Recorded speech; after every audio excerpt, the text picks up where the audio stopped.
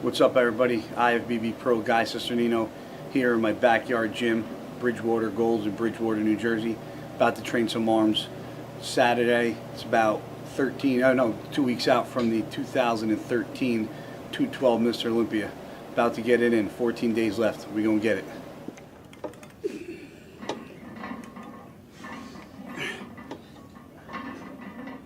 I was in California for 5 days training with Sean Roden and Charles Glass. Sean's a really close friend of mine, and I was there from Friday night until Wednesday night, and trained with Charles every day.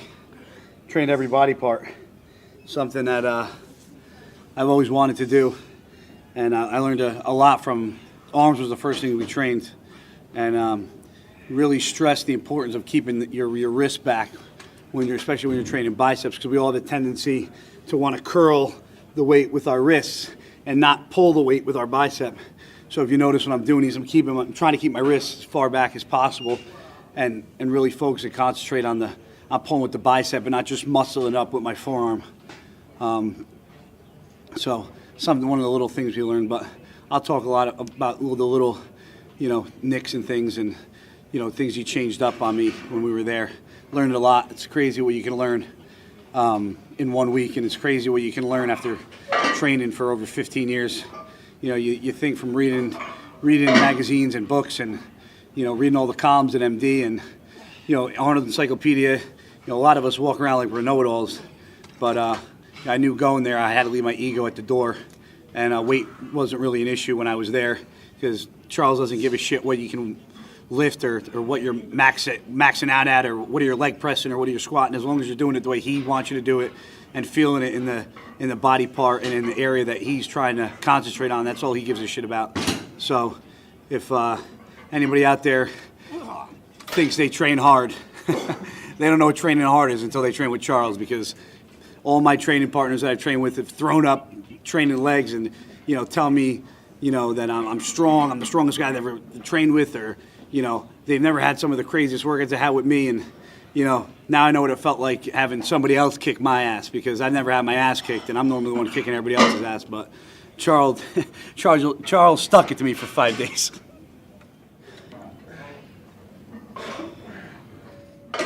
After we did the preacher curls, one of my favorite exercises I like to do is 21s. I've been doing those for years, since I can remember. Doesn't matter what it's with, a straight bar, easy curl bar. I did easy curl bar today. There's a couple different variations of doing these. There's the variation I like to do the most. There's also a variation where the top portion, you actually keep your arms straight out in front of you. That puts a lot of stress on my shoulder, having shoulder surgery. So when I do the top 7, I tend to do it like it's like a shorter regular rep.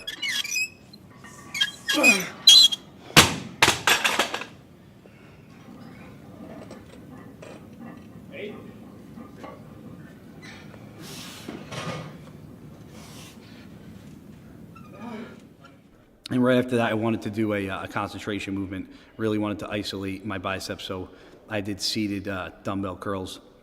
As you can tell at the top of the motion, one thing Charles told me to do to really squeeze that bicep head is to twist the dumbbell at the top range of the motion. There's no really point. I mean, I've tried to get my arms to grow various different ways, a lot of volume and heavy weight. And one thing, Charles really drilled into me, that it's not about the weight, it's about feeling the muscle contract and the fibers and pumping the blood into the weight. The problem that I have, which is not a problem, but when you train with two guys that are older than you and both football players, you got 3 guys that are into bodybuilding, 3 guys that have played college football. The mentality is always, you want to be the stronger guy. You want to, outlift your partner. If I'm doing, 150-pound dumbbells, Mike wants to do 160s.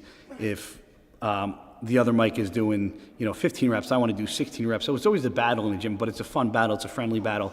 But one thing that I took in from California and have to bring back with me is that, it's not a powerlifting contest. It's not about being better than my training partner or stronger. It's about making my physique better. And if me doing lighter weight more concentrated and better form is going to bring out a better guy, Cisternino, and a better physique on stage, then that's what I need to do. And I need to take a step back and realize that it's not just about the weight. So if you noticed when I did the seated dumbbell curls, I did not go above 40 pounds, because if I went above 40 pounds, I'd really start swinging the weight up and being in a seated position and really curling at the top.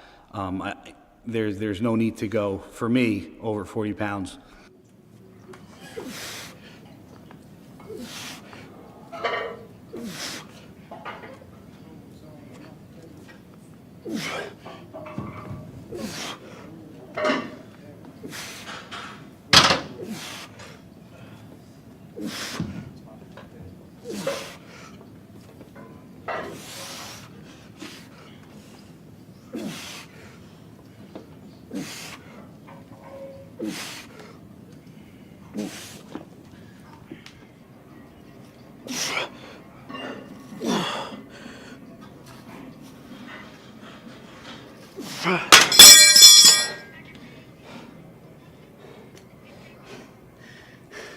You guys saw me training my best body part last week, 4 weeks out, or 4.5 weeks out. Now you get to see me train one of my worst, because I don't have really big arms. I have unusually large quads, and I have good peaks to my arms. But if you look at guys like Flex, Jose, David, Eduardo, they all have crazy, crazy arms. That's one thing that I lack. I probably have probably the biggest set of wheels in the 212. Me and Jose have pretty crazy legs. Flex has the nicest lines to his legs, but they're not as thick as dense as mine and Jose's. A lot of people say Jose doesn't have really good or deep separation in his quads, and that's because he gets so grainy and vascular that if you're not really up close to him and you just look at pictures, his vascularity really washes away some of those deep striations and cuts that he has in his quads. That's one thing about having really, really thick and dense legs, is that it takes longer to bring out the separation. On me, my upper quads, like near my sartorius and stuff, don't really come in towards the end because of how thick my quads are. Guys like Flex, his lines come all the way up, all the way through his quads from top to bottom. David, Eduardo come in dry and shredded, and their legs are always dry and shredded, but their legs are more narrower. They're a little more straight up and down. Me and Jose have a much rounder, thicker, denser look to our legs. So that's one area that I have up on most guys in the 212. But, most guys have on me are bigger shoulders and bigger arms. So that's going to be my focal point. That and, my back gets really, really dry. My back's usually shredded 10 weeks out. Now I just got to add some more thickness and denseness to my back, and I'll be ready to roll. But 2 weeks out, I'm just trying to pump as much blood into these things and keep them as round as full as possible, because my weakest poses are when I'm standing relaxed. Nothing. I don't really look impressive until I start posing, and a lot of times you can get overlooked if you're not popping from the beginning. So I really try to stay as full as possible, especially with arms. I really don't cut back on the sets with arms like I do other body parts leading up to a show, because I had to keep these bitches full or I'm in trouble.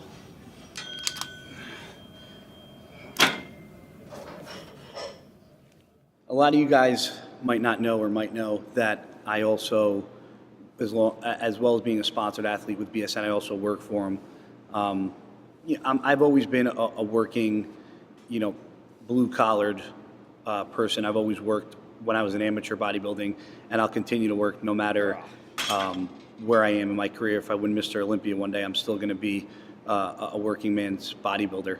And so I do travel a lot for both appearances and work. And, I've been traveling for about 2 weeks straight. I was in Florida for headquarters for some training last Tuesday to Thursday.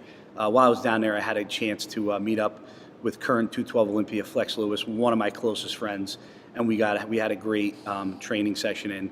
And then I got home on Thursday. I was home for less than 24 hours, and then I was on a flight to California to stay with Sean Roden and train with Charles Glass. And as stressful as it is traveling, and for all of you that know the stresses of traveling, and especially the bad luck that I have when I travel, it is it's something that I wanted to always do.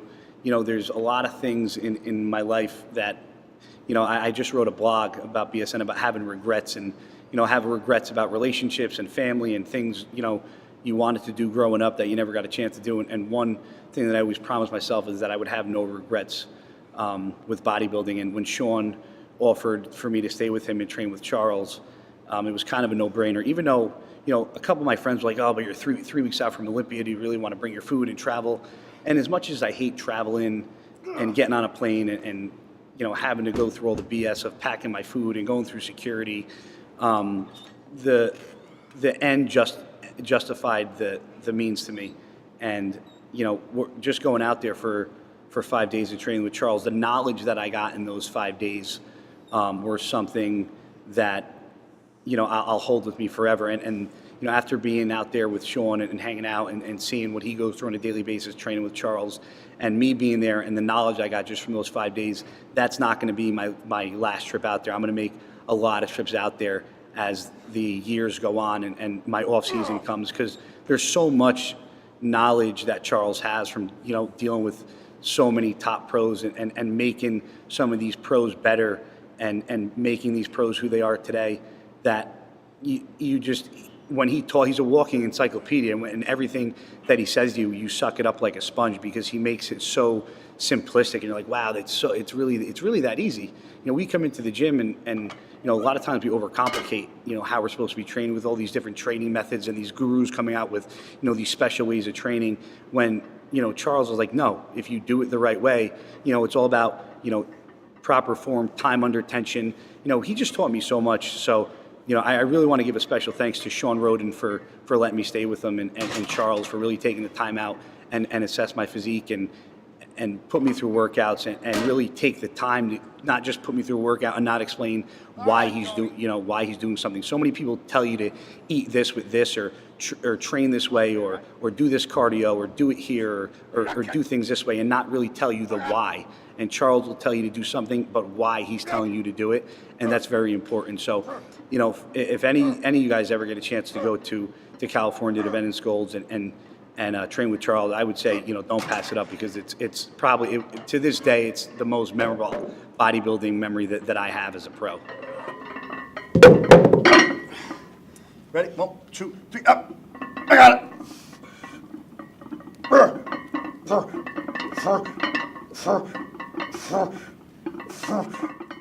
As always, I want to thank my sponsors, BSN Supplements. You guys are great.